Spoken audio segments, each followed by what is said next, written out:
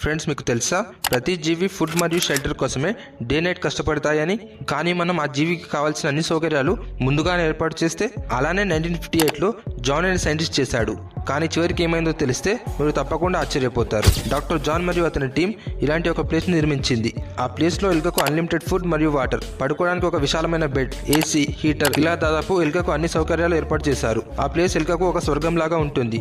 ముందుగా డాక్టర్స్ 4 ఎలుకలను ఆ ఇంట్లో రిలీజ్ చేశారు. రోజులు గడుస్తున్న కొద్దీ వాటి యొక్క సంఖ్య పెరుగుతూ వచ్చింది. 315 రోజులు వచ్చేసరికి వాటి యొక్క సంఖ్య 600కి చేరింది.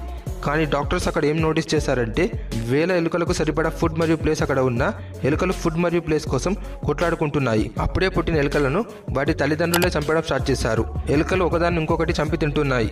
మెల్లిమెల్లిగా వాటి సంఖ్య తగ్గుతూ వచ్చింది. ఇలా దాదాపు 600 రోజులకు వచ్చేసరికి అన్ని ఎలుకలు చనిపోయి ఉంటాయి. డాక్టర్ జాన్ ఎక్స్పెరిమెంట్ ప్రకారం మనుషులు కూడా ఇలాంటి ఒక జీవితాన్ని జీవిస్తున్నారంట.